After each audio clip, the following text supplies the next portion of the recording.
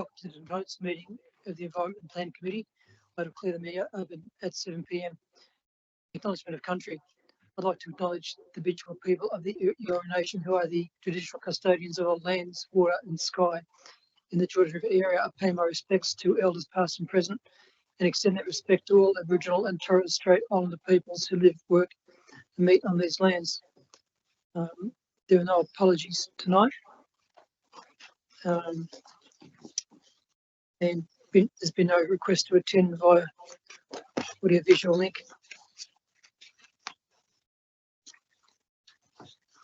Notice of live streaming of council meeting. Staff and public are reminded that this meeting is being recorded for minute-taking purposes and is also being broadcast live to the public on council's website in accordance with Section 5 of council's Code of Meeting Practice. The recording will be made available on council's website. Code of Meeting Practice, the order of business is shown in the agenda, which has been made available. Staff and public are reminded that this meeting is open. Doors to the meeting room are to be left open unless the meeting moves into a closed confidential session according to Section 14 of the Code of Meeting Practice. Only if the meeting moves into a closed confidential session will the public broadcasting of the meeting be suspended. Council's Code of Meeting Practice prohibits the electronic recording of meetings without the express permission of council. Mobile phones must be turned silent during the meeting. Displays of interest. Do any councillors have any interest to declare? Okay, there's no disclosures tonight. And there's also no public forum. There are no speakers registered. First item is E&V 01325, confirmation of minutes of Environment and Planning Committee meeting held on 14th of April 2025. Could I call for a mover and seconder? Councillor Lansbury, Councillor Allison. Thank you.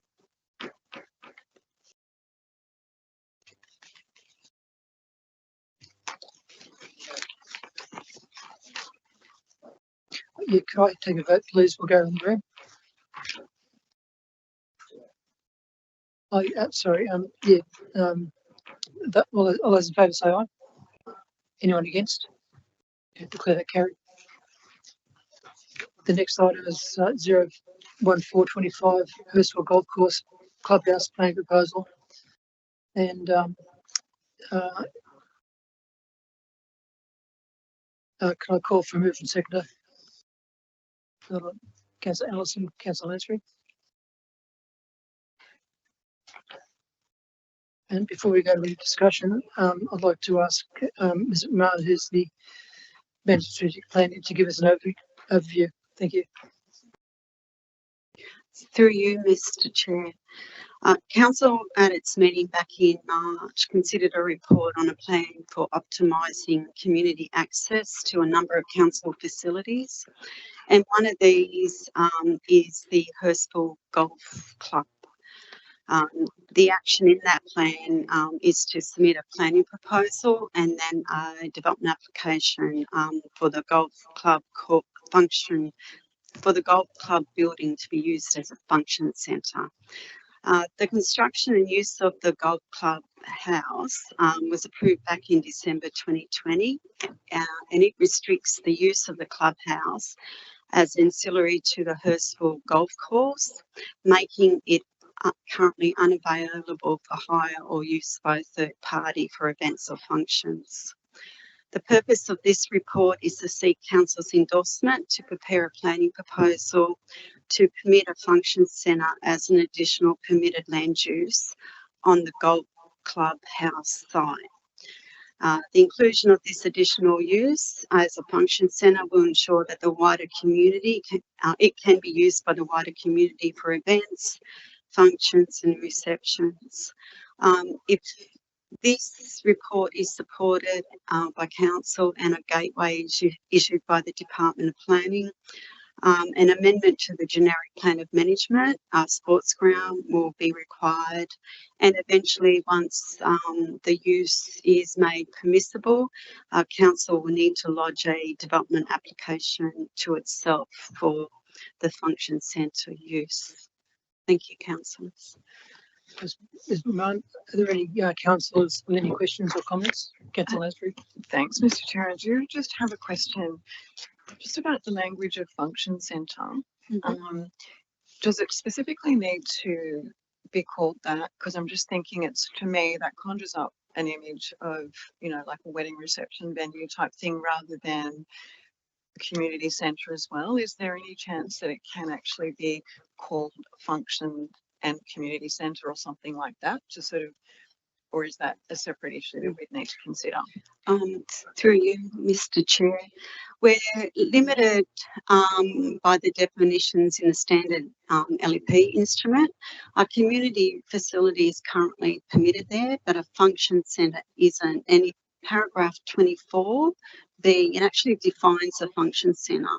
So it can include conferences, events, and it can include a wedding reception as well. So that's the use that would cover all the additional uses that are being proposed by that plan to optimise the council's facilities. So we are restricted to that use. So it would also be able to be used, because I sort of mean like a function centre sort of conjures up a certain sort of type of venue. And I think my recollection of when we had the briefing on it and discussing it amongst the councillors, that we were hopeful that it would be accessible to community groups in the same way that somewhere like a PJ Ferry type venue would be, or Cars Park Lifesavers Cottage, that sort of thing. So it's not going to be exclusive of that, but it just would provide the capacity for more options. So if somebody wanted to host a 21st, for argument's sake, that wasn't strictly related to the club, a planning proposal would accommodate, create the capacity to do that sort of thing. Okay, I mean, I guess I'm just a bit uncomfortable with the language, I guess, but if that's what we've got to do, I guess that's how we've got to approach it. And I just also wanted to double check in that, along those lines, I remember going to an event there, like a lunch that was held when it first opened, and I want to say that there were probably about 8 to 10 tables of maybe 10 people. So I'm just wondering what the capacity would be for it. Is that part of the planning proposal? Would have to identify, whether it could take 80 people or 60 people. That would come out in the planning proposal process, wouldn't it? Through you, Mr. Chair, all those matters that you raised are actually development application matters. The planning proposal just allows the use to be permissible. The DA can limit the type of functions, the hours of operation, and any other issues associated with the function centre use. So what you're raising are development application matters, and they would need to be addressed in any DA that council lodges to itself. The planning proposal is just permitting a use. It's probably not super relevant at this point in time, but if a council was preparing the GA, would that have to be going out to an independent consultant rather than an internal assessment? Through Chair, yes, be an independent consultant and a planning panel in terms of the independent determination authority. Yeah. And I guess, Councillor Jamieson. sorry. I guess the question that I have that sort of ties in is I'm just conscious with the Cars Park DA because the wording and how we actually present the DA. So what was the nominee that it goes through us or something? Because the words will make a difference to, are we going to have some sort of say in the DA and what we want in it or before it goes out? Through your Chair, yes. I would have thought that the Assets Director will broach this matter pretty openly with the councillors through a briefing. I think there's a requirement now for future DAs from the previous council meeting. So yeah, ultimately council does have control over the DA that's lodged, and you have some influence in that regard, I would have thought. Thanks, Victor. Any other questions from the councillors? Councillor Allison. Yeah, I was just wondering, when this was first mooted, the idea of building, the extra facility, what were the neighbours like about it? Was there grounds for them to say yay or nay, or were they particularly anti or particularly pro? Through your Chair, I'm not in a position to answer that, so I'd have to take that on notice. Yeah. Thanks, Director. Any other questions from the councillors? In that case, I'll put this item to a vote. Mr. Chair, For, Councillor Allison. For. Councillor Arthur. For. Councillor Jamison. For. Councillor Lansbury. For. It's 5 votes for, unanimous. declare that motion carried. Thank you. The next item is ENV 01525 Cars Bush Park and Todd Park Plan of Management and Master Plan Resolution to exhibit. Could I call it for a mover and seconder on that report, please? Councillor Lansbury and Councillor Ellison.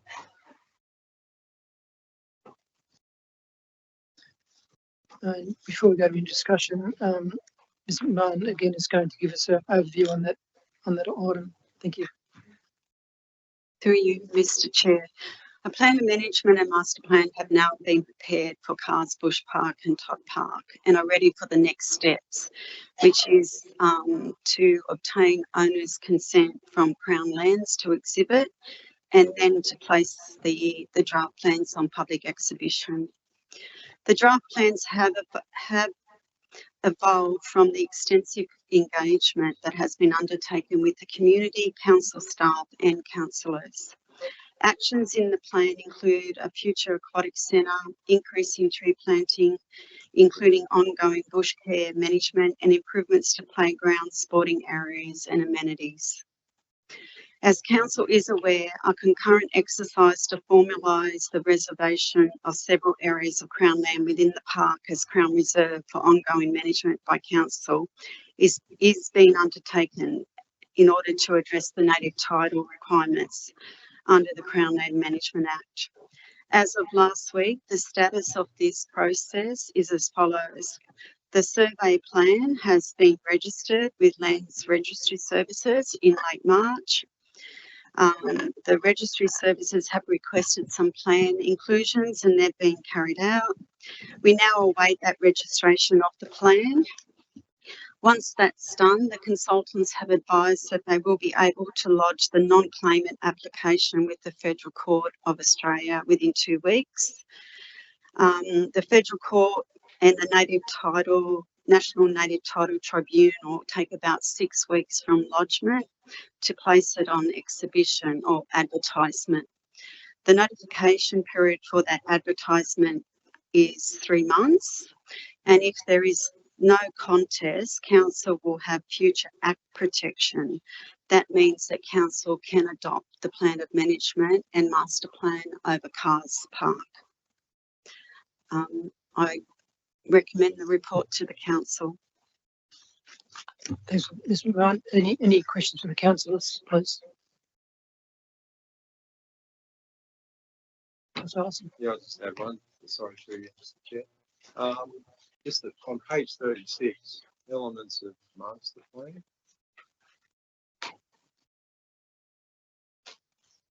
Yes. Just, yeah, there's a thing that says consider future plantation in Dog Park. I was just wondering what the plantation is referring to. Through you, Mr. Chair. It's just adding trees into the dog park area because it's pretty, doesn't have a lot of trees, a lot of growth. So it's to actually plant trees. Yeah.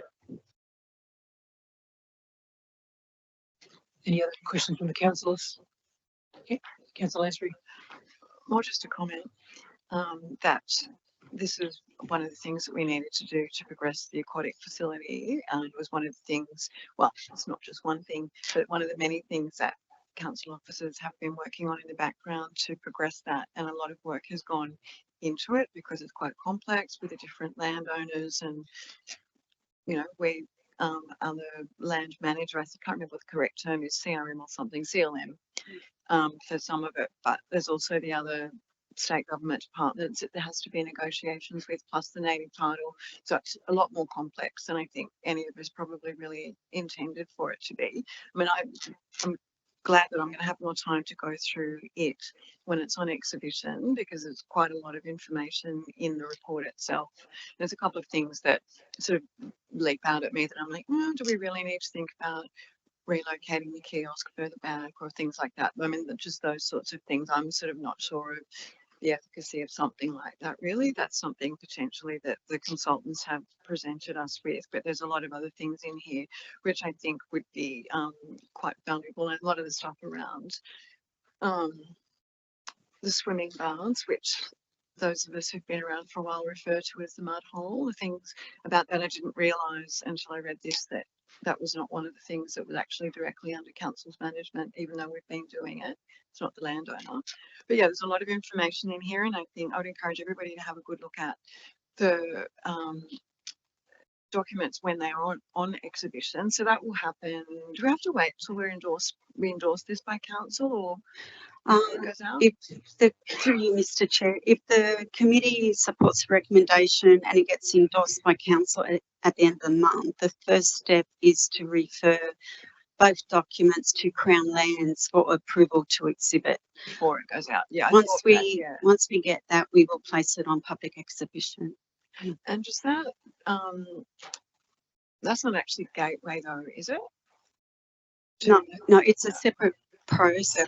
Plans of management, plans of management that have Crown Land reserves require Crown Land's approval. There is a section of the Department of Planning, but it's separate from planning proposals. Is that the sort of thing that can get held up whilst we wait for them to tick it off? At times, some of our plans of management have been in there for 6 to 8 months, but Crown Lands have been asking council officers as to when this plan of management will be lodged. So I think they're aware of the need to process the request. Yeah.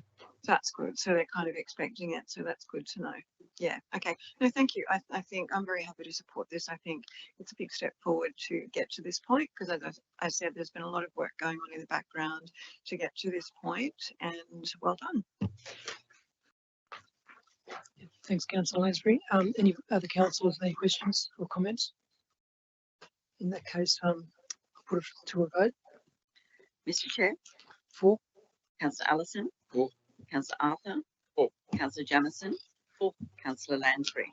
For. 5 votes for, unanimous. I declare the motion carried. Thank you. The next item is ENV 01625 Donnelly Park Plan of Management and Master Plan.